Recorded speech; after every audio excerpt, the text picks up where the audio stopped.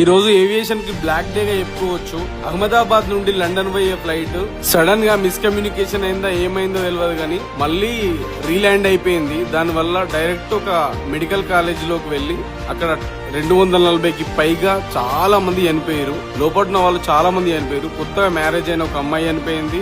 వీళ్లతో పాటు గుజరాత్ మాజీ సీఎం విజయ్ రూపాని కూడా చనిపోయారు. జరిగిన ప్రమాదంలో ఎమర్జెన్సీ ఎగ్జిట్ నుంచి రమేష్ విశ్వాస్ అని ఒక్క అబ్బాయి మాత్రమే ప్రాణాలతో బయటపడ్డాడు. మిగతా వాళ్ళందరూ చనిపోవడం జరిగింది. ఈ ప్రమాదం టాటా ఎయిర్లైన్స్ వల్ల జరగడం వల్ల Tata Sons chairman S Chandrasekhar ప్రగాఢ సానుభూతి తెలుపుతూ చనిపోయిన ప్రతి ఒక్కరి కుటుంబానికి ₹1 విరాళం అందిస్తామని చెప్పారు. అట్లనే జరిగిన నష్టానికి తామే బాధ్యత వహిస్తూ మొత్తం రిపేర్ చేపిస్తామని, కొత్త బిల్డింగ్ కూడా కట్టిస్తామని చెప్పడం జరిగింది అఫీషియల్ గా.